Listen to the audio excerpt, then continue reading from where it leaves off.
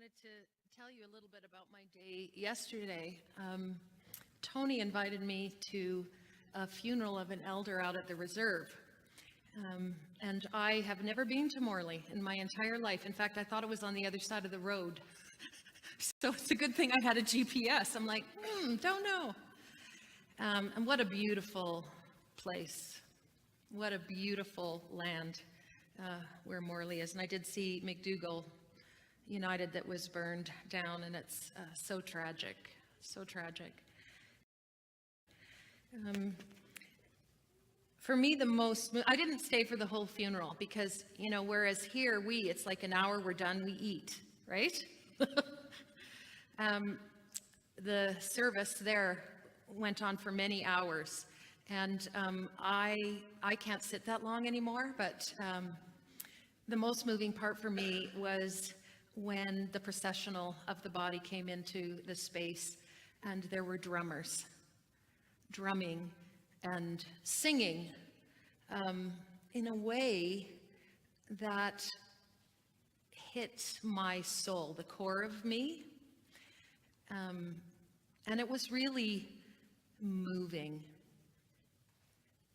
I trust that we can have experiences like that in this space that are very, I'll use the word primal, not in a derogatory way at all, but are very soul-based. I want to thank Tony for inviting me. It was a privilege, and I hope I can be out there many more times, and that all of us can find a connection with that place that is only 40 minutes from my house.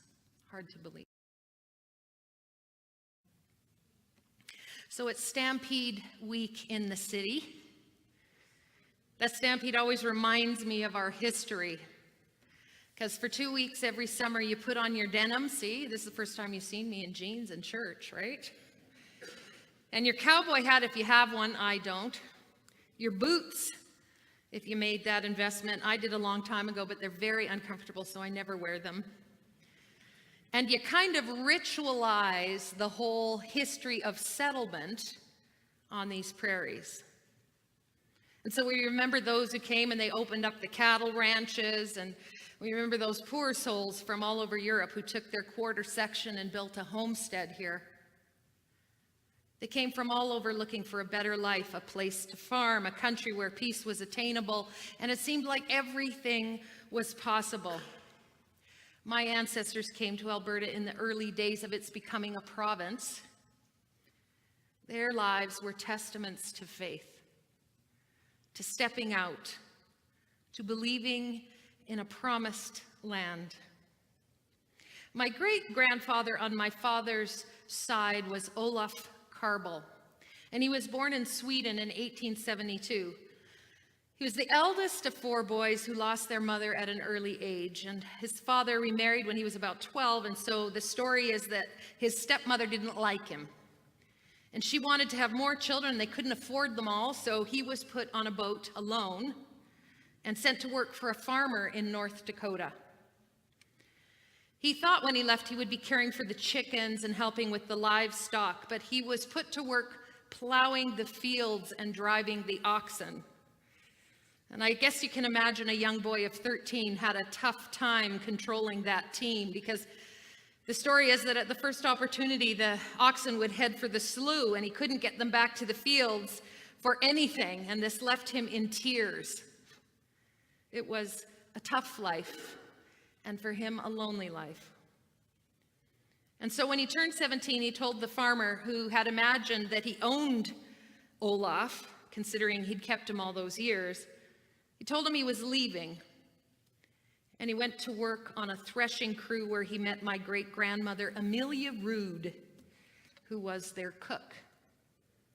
And so they married in 1900, and Joseph and Albert were born in 1901 with the help of a midwife, while my grandfather paced outside and prayed for the health of his 2 sons. And then 5 more children followed. My grandmother Ruth was born in 1903. And then were her sisters Clara and Irene, a brother Oliver, and another sister Eva. Amelia had 7 children between 1901 and 1913. I'm exhausted just thinking about it. I thought my 3 were enough, but 7. So Olaf and Amelia's first attempt at farming was on a homestead in Minnesota. It was tough work there because the land was treed and there was really hard soil, and he spent a lot of his time clearing the land and pulling out the stumps. And so it's no wonder that he jumped at the opportunity to move to the Canadian prairies. His brother had gone on before him and told him, "Oh, here the land is flat and there's no trees and it's really easy to farm." And so they came to Anquist in 1908 and they built a sod hut that first winter. And he worked hard and their farm prospered. But in 1921, a scarlet fever outbreak took Oliver at the age of 11. And 2 weeks later, Joseph also died. He was just 20. They were not alone, of course, in this because the fever took many children back then. But Olaf was devastated, and in his tremendous grief, he wondered why God had let this happen. Events like this often shake you to the core because they paint your life in stark relief. They focus your attention on what is really important to you. And for my great-grandfather, this grief shifted his priorities. He believed that he cared too much about money and success, and that the family needed to have a fresh start. And so he sold his farm, except for a small dairy operation, and then they moved to town, where he became a delivery man and the owner of a livery stable. I didn't even know what that was when my dad told me that, the livery stable.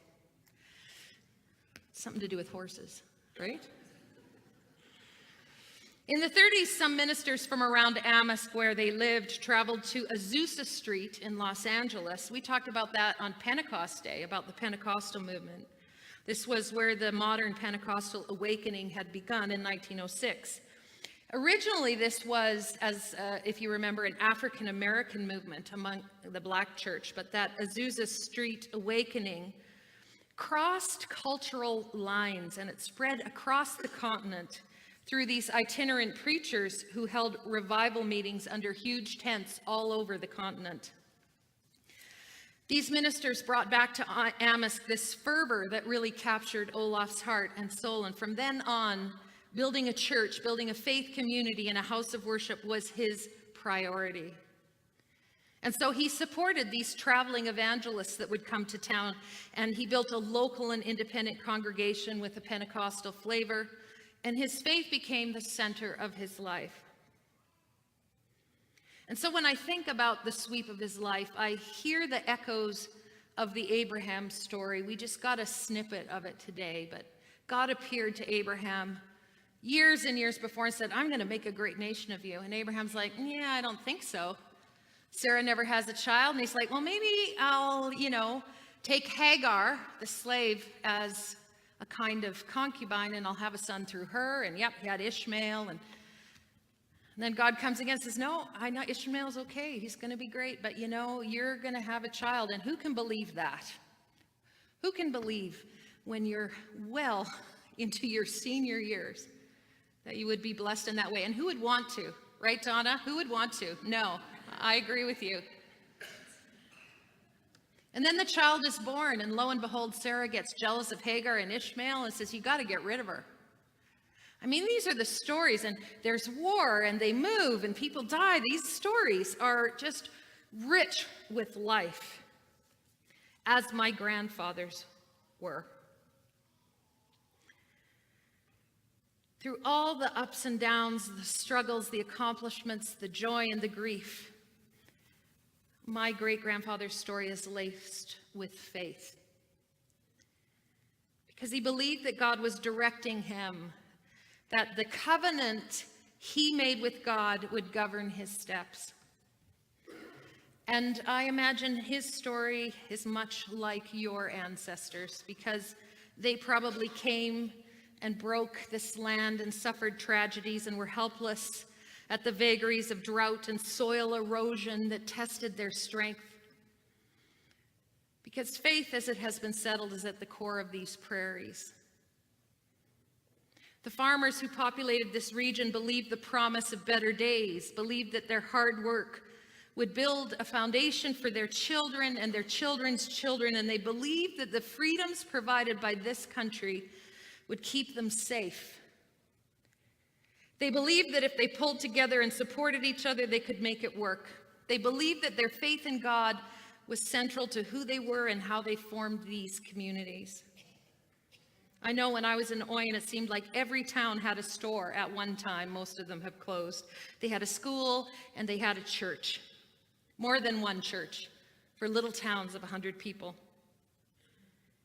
Because worshiping God was as natural as tilling the soil, as vital as planting the fields, and as inspiring as rain is on a summer's afternoon that held in its promise a good crop. But there's another side of this story of faith, and it's much like that of Abraham. You see, when you're the one who believes that land has been promised to you by God, you think you have a certain entitlement to write the history and determine the future. These stories of Abraham were compiled in the 10th century BCE when David and Solomon reigned. And this was the golden age of Israel because there was a power vacuum in the region which had allowed small states to flourish. And Israel was dominating their neighboring countries, and they had this sense of promise and hope, and they recounted the stories of Abraham to shore up their claim to that territory. But hidden in the text that we read today is the other side of the story, because God says to Abraham, I will give your descendants the land of Canaan, where you now live as foreigners.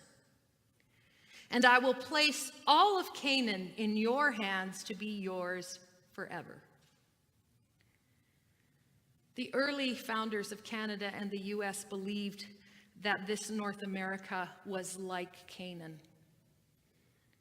It was this new promised land that was given to them by God. And even though when they arrived, they were foreigners here and they were greeted or confronted by local indigenous populations, they believed the Christian destiny to go to all the nations and preach the gospel gave them license to ignore or convert the indigenous people who were present, to discriminate later against people with other skin colors or other faith traditions, and to ostracize those who don't conform, who don't fit in, to be selective about who was given the tools to succeed and who was left out. My great-grandfather and all his descendants benefited from these beliefs. They prospered and they thrived because they were part of those who claimed this was their promised land. And for him and others like him, I don't think there was anything wrong with that per se. I'm proud of what the pioneers accomplished, what he accomplished, the land they built.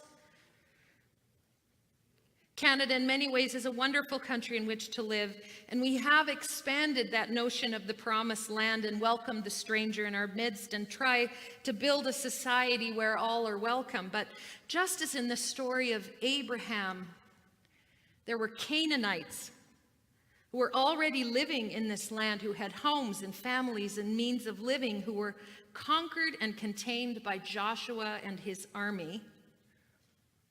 This country, too, was inhabited by a people who had lived here for thousands of years, and I spent some time with them yesterday, a proud people who claim their history with honor.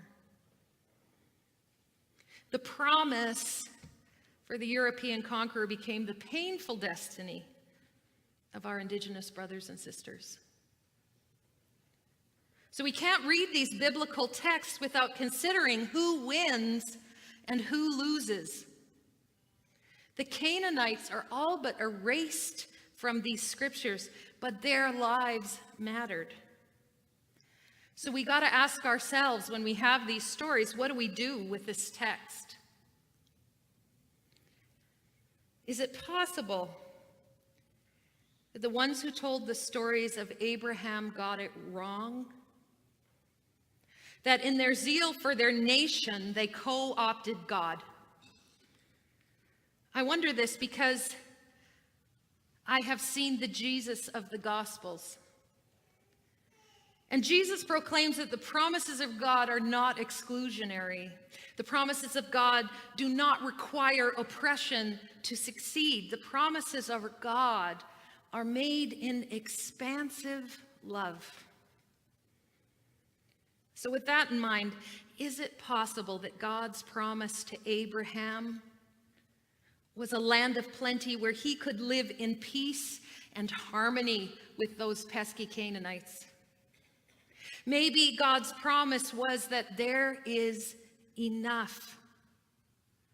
That if we live together, if we share what we have, if we have compassion for those who struggle, and encourage all that contributes to human flourishing, then we will inhabit a land that is truly blessed. We will have that promised land. And what of McDougall? I kind of think the future of this church through that light, through that lens of the promised land, because I really believe we have a great inheritance here, a church that has been built on faith and a community that is committed to being a beacon of light. Pam and Tony both started in the last few weeks, and I've heard it said from more than one person and in different ways that McDougall has made bold choices in their hires of these two. And I don't know what to say to that, because as far as the search committee was concerned, they were both excellent candidates who will make wonderful contributions to our community, that they are both people who will love you, the people sitting in the pews, and welcome all who find themselves in our midst.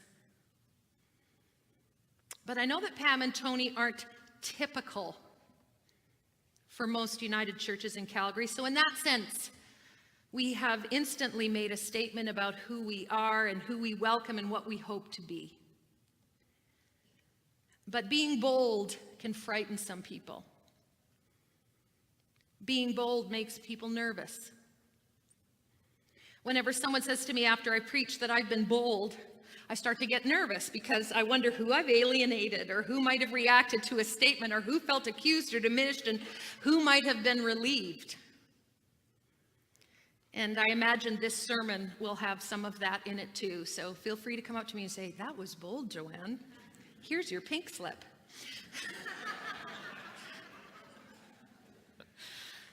So I don't know if bold is a good thing or not when people say that, but I trust it is. What I do know is that the next chapter of our destiny is before us. And the real question we have to ask ourselves is, if this promised land where we sit in these comfortable pews is expansive enough to include all in its blessing. Because just like my great-grandfather whose sweat and toil and faith built beautiful lives for his ancestors, the legacy of this church is already wonderful and rich. But our promised land could be so much more if we open our eyes and hearts to those who are among us, maybe invisible. If we welcome those who seem they might be strangers. If we live out of faith that believes that God's promise is for all. That is the land we inhabit. That is the promise set before us. That is the blessing that will make McDougall a beacon of hope to this community. And that is how we set out in faith to a new land that God has promised. May it be so. Amen. So we're going to finish with another couple of